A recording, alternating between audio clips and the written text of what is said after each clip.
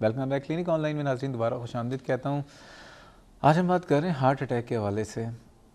जिन लोगों को नहीं हुआ, अल्लाह ताला सबको अपने हिफ्ज़-ए-मान में रखे और दूर रखे हार्ट अटैक से। लेकिन अभी जैसे कि ब्रेक पे जाने से पहले सादिया साहिबा, जिनके जो हैं हस्बैंड के बड़े भाई, उनका एक अमेरिका से आए हुए थे, 60s में थे और अचानक उनको हलक में और हाथ में दर्द हुआ। उसके बाद वो फ़ौरन ही इस दुनिया से रुखसत हो गए। फ़रा साहिबा ने भी अपना एक्सपीरियंस शेयर किया कि उनके भी भाई के साथ ऐसे ही हुआ है। कोशिश हमारी ये है कि जितने लोग बच सकते हैं अल्लाह ताला सबको बचाए। प्रोफेसर डॉक्टर मोहम्मद इसाक़ साहब, जो कि एक लेजेंड का दर्जा रखते हैं कार्डियोलॉजी में, हमारे साथ मौजूद हैं। डॉक्टर साहब, ब्रेक पे जाने से पहले जो बात हो रही थी, सादिया साहिबा का एक सवाल भी था कि ये जो कार्डिक अरेस्ट होता है, या आपने जो कहा सडन कार्डिक डेथ, ये या हार्ट फेलियर या हार्ट अटैक, ये सब चीज़ें एक ही हैं, ये सब अलग अलग हैं? नहीं, ये सब कैफियतें हैं। हार्ट फेलियर का मतलब है कि पंप आपका काम नहीं कर रहा है, तो उसमें ये क्रॉनिक भी हो सकता है और एक्यूट भी हो सकता है। अगर बिल्कुल काम ना करे तो मौत वाक़ई हो जाती है। अगर उसमें कुछ कमी आ जाए तो उसको हम कहते हैं कि इम्पेयरमेंट हो गई है, तो दवाओं से उसको चलाते हैं या फिर सर्जरी वगैरह की जाती है। दिल कमज़ोर हो जाता या है। कमज़ोर हो जाता है, पट्ठा कमज़ोर हो जाता है। हार्ट अटैक जो है, ये जैसे मैंने अर्ज़ किया पहले कि शरीयानों में एक लोथड़ा जमा हो जाता है खून का, और दर्द होता है और वो कुछ हिस्सा हार्ट का ज़ाया हो जाता है और इसमें मौत भी वाक़ई हो सकती है। ठीक है। लेकिन अगर आप बर वक्त इलाज आपको मिल जाए तो आप बच भी सकते हैं और अल्लाह का हुक्म हो तो उसमें शफा। और कार्डिक अरेस्ट जो है, ये कार्डिक अरेस्ट ये है कि अचानक बैठे बैठाए डेथ हो गई आपकी। ठीक है जी। जैसे ये दो हमारे पास केसेस आपके सामने भी आए हैं, एक 50s में और 60s में। ये कोई अनकॉमन चीज़ नहीं है। आप अक्सर सुनते हैं कि कोई अपने बेडरूम में लेटा हुआ था और उसकी डेथ हो गई, कोई ऑफिस में बैठा हुआ था, कुछ चल रहा था। होता ये है कि हमारे यहाँ एक रुझान ये है कि हम लोग उसी वक्त इलाज कराते हैं जब हम बीमार होते हैं। यानी नॉर्मल ज़िंदगी में हम लोग अपना चेकअप नहीं कराते। और ये जितनी बीमारियां हैं, जैसे हाई जो अवामिल हैं, जो फैक्टर्स आपको कंट्रीब्यूट करते हैं हार्ट अटैक को, ये सारे साइलेंट फैक्टर्स हैं शुरू में। जैसे हाई ब्लड प्रेशर है, अगर किसी का आप चेक नहीं करेंगे तो हो सकता है कि हाई ब्लड प्रेशर के साथ घूम फिर रहा हो, उसको पता भी ना हो। बिल्कुल। यही हाल डायबिटीज़ का है। कई लोग हैं कि उनको डायबिटीज़ है और उनको पता नहीं है कि उन्होंने कभी चेक नहीं कराया। हमारे मरीज आते हैं, जी आपको डायबिटीज़ है? जी मुझे डायबिटीज़ नहीं। आपने कभी चेक करा के? नहीं। फिर हम जब चेक करते हैं पता लगता है डायबिटीज़ है। इस तरह कोलेस्ट्रॉल है। ये तीन चीज़ें तो बग़ैर चेक किए हुए किसी को पता ही चल सकती है, कहीं इसका कोई निशान नहीं होता। इसके बाद ये है कि स्मोकिंग है, फिर आप वर्जिश ना करें, बिल्कुल बैठे रहें और मुर्गन खाने खाते रहें, तो ये सब चीज़ें मिल के, तो लाइफ में जब आप नॉर्मल सिचुएशन में हों तो आपको चाहिए कि अपना एटलीस्ट एनीबडी वूज ओवर 40, तो हम रिकमेंड करते हैं कि अपना एक पूरा कार्डिक चेकअप करा लें। और बिलखसूस उन फैमिलीज़ में जिनमें के टेंडेंसी है हार्ट अटैक्स की या ब्लड प्रेशर की या डायबिटीज़ की, उनको फिर एक्स्ट्रा प्रिकॉशन करना चाहिए। फिर जो स्मोकर्स हैं उनको मज़ीद प्रिकॉशन करनी चाहिए कि वो अपना चेकअप एनुअल कराएं, देखें कि उनको हार्ट में कुछ इफ़ेक्ट हो रहा है नहीं हो रहा।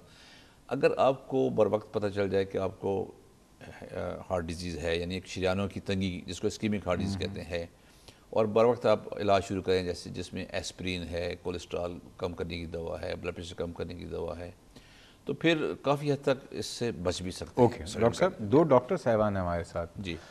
डॉक्टर मोहम्मद असलम साहब हैं। अस्सलाम वालेकुम डॉक्टर साहब। डॉक्टर अंसारी साहब हैं भी। डॉक्टर अंसारी साहब अस्सलाम वालेकुम। वालेकुम डॉक्टर साहब, का क्या हाल है? खैरियत से? अल्हम्दुलिल्लाह खैरियत से हैं डॉक्टर साहब। मैं एक पेशेंट के बारे में कुछ इन्फॉर्मेशन आपसे लेना चाहता हूँ, जो उनको मैंने देखा था। जी जी। उनका कोलेस्ट्रॉल प्लस 300 है। 300 है जी। और उनको जब एंजियोग्राफी की तो उनको ट्रिपल वेसल में 40% ब्लॉकेज था। तो मैं डॉक्टर साहब से पूछना चाहता हूँ, आपके पास कार्डिक फिजिशियन है, कि क्या इनकी बाईपास कराना चाहिए इस स्टेज में या फिर सिर्फ मेडिसिन रखना चाहिए? डॉक्टर साहब 40% blockage, 300 plus cholesterol, ejection fraction, HDL और एलडीएल नॉर्मल था इनका। ब्लड प्रेशर, शुगर नहीं, बाकी चीज़ें सही हैं। और उनको यानी कोई तकलीफ वगैरह तो नहीं नो है? सिम्टम्स, दर्द सिम्टम नहीं है? नो फैमिली हिस्ट्री, नो कोई स्मोकिंग नहीं है, कोई रिस्क फैक्टर नहीं है। शुक्रिया जी। ठीक है जी, बहुत शुक्रिया डॉक्टर। 40% अगर नैरोइंग तो उस पर हम सिर्फ दवाएँ देते हैं। हम नैरोइंग को डिवाइड करते हैं सिग्निफिकेंट, क्रिटिकल और इनसिग्निफिकेंट। सिग्निफिकेंट का मतलब है कि 70% नैरोइंग हो तो उसको हम सिग्निफिकेंट कहते हैं। ओके। और उससे फिर ऊपर 90% पे हम क्रिटिकल कहते हैं, 100% जो है वो कंप्लीट होती है जी, ठीक है। तो 40% पे हम कुछ इंटरवेंशन नहीं करते, ना सर्जरी करते हैं ना एंजियोप्लास्टी करते हैं। 40% को हम माइल्ड डिजीज़ कहेंगे, यानी डिजीज़ है मगर ऑब्स्ट्रक्टिव डिजीज़ नहीं है, अभी फ्लो जो है वो चल रहा है, खून का जो गर्दिश है और खून की जो सप्लाई है वो बहाल है। तो इस मरीज़ को रेगुलर मेडिकेशन की ज़रूरत है, ठीक है, लाइफस्टाइल चेंजेस की ज़रूरत है और रेगुलर चेकअप की ज़रूरत है, ठीक है। ताकि ये देखना है कि ये 40% ही रहे, हाँ, ये ना हो कि आगे ना बढ़े। अगर 40 से 35 हो जाए तो बड़ी अच्छी बात है, हो सकता है। हो सकता है रिग्रेस भी कर सकते हैं जी, बिल्कुल। Very good. अगर आप एक्सरसाइज करें, अपने कोलेस्ट्रॉल को, जैसे इनका तो देखिए कोलेस्ट्रॉल बहुत ज़्यादा है, तो अगर ये अपनी डाइट में और मेडिकेशन के ज़रिए, तो इसमें कमी भी हो सकती है और इजाफा भी हो सकता है। यानी एक चीज़ ये है जी, चलें फिरें, चलना नहीं बहुत चले ज़रूरी फिरेंगे है। तो दुनिया से चले जाएंगे। हाँ बिल्कुल, चलना फिरना जो है ना ये हार्ट डिजीज़ के लिए बहुत हाँ भाई, इंपॉर्टेंट चीज़ है। तमाम लोग सुन लें, चलना फिरना बहुत ज़रूरी है। हम लोग हो गए ना टीवी पे रिमोट, बस गाड़ी पे भी जाके बैठेंगे, वॉक नहीं करेंगे, चलना फिरना ख़त्म, तो फिर हॉस्पिटल अब में तो चलना डॉक्टर साहब ये हो गया कि घर में किसी को बुलाने के लिए लोग SMS कर रहे होते हैं, हाँ, मोबाइल में बेल दे देते हैं। एक कमरे से दूसरे कमरे के लिए, बेल बजाय दे के देते जाके हैं, हाँ। उनसे बातचीत की जाए या उनको देखा जाए, वो मैसेज कर रहे होते हैं, तो ये टेंडेंसी ठीक नहीं है। है ना। डॉक्टर साहब मोहम्मद असलम साहब हैं, उनको भी शामिल करते जी, हैं। ज़रूर। अस्सलाम वालेकुम मोहम्मद असलम साहब, वालेकुम सलाम सर। कैसे हैं आप? ठीक हैं मैं जी, अल्लाह का शुक्र है जनाब। सर। मेरे को जो है ना 2 अटैक हो चुके हैं। ओके। एक 2008 में हुआ था जी जी, और एक अभी उसे क्या नाम है हाल ही में 2 महीने पहले हुआ था। ठीक है। और मेरे ये ब्लॉकिंग वगैरह यानी कि डॉक्टर बताते हैं।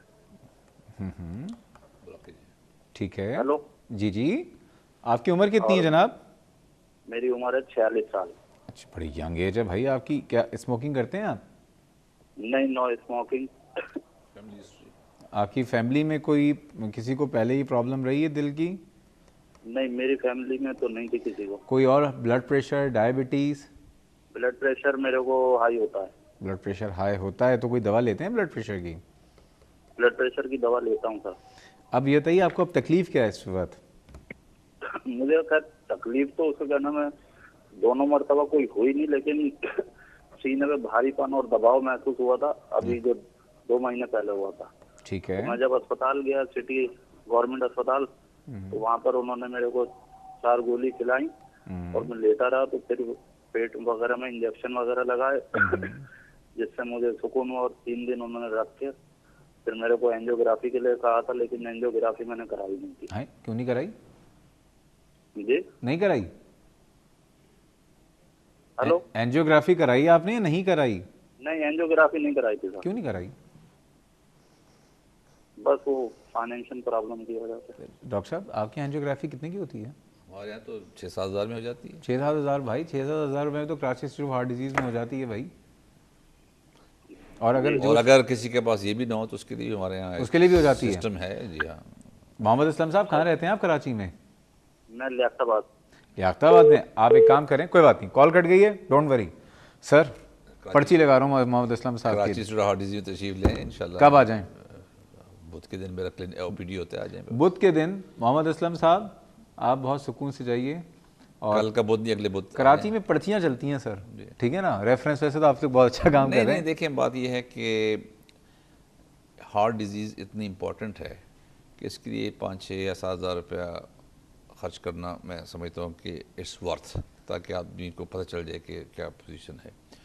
लेकिन अगर कोई साहब ये भी बर्दाश्त ना कर सकें तो हम नहीं चाहेंगे कि वो इस इलाज से महरूम रहें। हम ज़रूर उसके लिए कोई ना कोई रास्ता निकालेंगे। बुध के दिन आ जाएं आपके पास? जी, बुध के दिन मेरी OPD होती है सुबह जो में 10 बजे 11 बजे। 10-11 बजे असलम साहब आप चले जाइए, डॉक्टर साहब से वहाँ पे आके पिए होंगे। नहीं, वो रिसेप्शन पे आके अपॉइंटमेंट कर लें। रिसेप्शन वाले लिफ्ट नहीं कराते ज़्यादा? नहीं कराएंगे। हैं? उन्होंने कहा मैं भेजा, उन्होंने ऐसी कोई बात। अच्छा, तो भाई आपको पता है मेरे पास लोग ऐसे आ जाते हैं, ऑफिस में आ जाते नहीं तो आप हैं, भी तो कहीं भी आ इंसान है, जाएं। एक वक्त में 50 लोग एक साथ थोड़ी ठीक है, नहीं वो देख लेंगे इनको भाई। अगर आप इनको जरूरत चलिए, होगी हम जरूर करेंगे। आप जाइए, बेसिक टेस्ट अगर नहीं आप फाइनेंशियली अफोर्ड कर सकते, ये बहुत बड़ा इदारा है और मैं तमाम लोगों से एक बात ये कहूँगा कि इस इदारे को हमारी आपकी ज़रूरत भी है, वो लोग जो अफोर्ड कर सकते हैं इस इदारे को सपोर्ट भी कर रहे हैं, एक बहुत बड़ा सदका जारी है। डॉक्टर साहब इनको 2 अटैक हो चुके हैं, दो तो अटैक इनको ज़रूरत है कि यानी तीसरे अटैक से बचा इनको जाए। एंजियोग्राफी कराने की ज़रूरत है। इनको वही कह रहे हैं, अज्यूम किए में कि ब्लॉकेज है ना। हाँ, इनको अब मुझे ये पता नहीं कि ये कहाँ एडमिट हुए थे लास्ट टाइम। अगर सिटी हमारे पास अगर एडमिट हुए तो हम तो हमने इनको डेट दी होगी ज़रूर। नहीं, उन्होंने नहीं कराई ना, नहीं कराई थी, कहा था आप, लेकिन इन्होंने नहीं करवाई है। सर एक और मसला एक बात बताऊँ जी, लेकिन जो आजकल के हालात हैं ना, लोग सफ़ेद पोशी का डॉक्टर साहब बड़ी मुश्किल से भरम रखे नहीं हैं। बिल्कुल आप सही फरमा रहे हैं डॉक्टर साहब, लेकिन मैं एक अर्ज़ करना चाहता हूँ, वो ये है कि ये फाइनेंशियल कंस्ट्रेंट्स बिल्कुल आपने सही कहा कि बहुत ज़्यादा हैं, लेकिन हमारे यहाँ एक टेंडेंसी ये भी है कि हेल्थ को हम लोग इग्नोर करते हैं। हम दूसरी चीज़ों पे पैसा खर्च करने में इतनी तकलीफ़ महसूस नहीं करते। शादी करेंगे 10 लाख कर्जा ले लेंगे। आप देखें मोबाइल फ़ोन है, गाड़ियाँ हैं, इधर जाना है, सब चीज़ों में हम कुछ ना कुछ खर्च कर ही रहे होते हैं ना जी। हेल्थ बहुत इम्पॉर्टेंट है।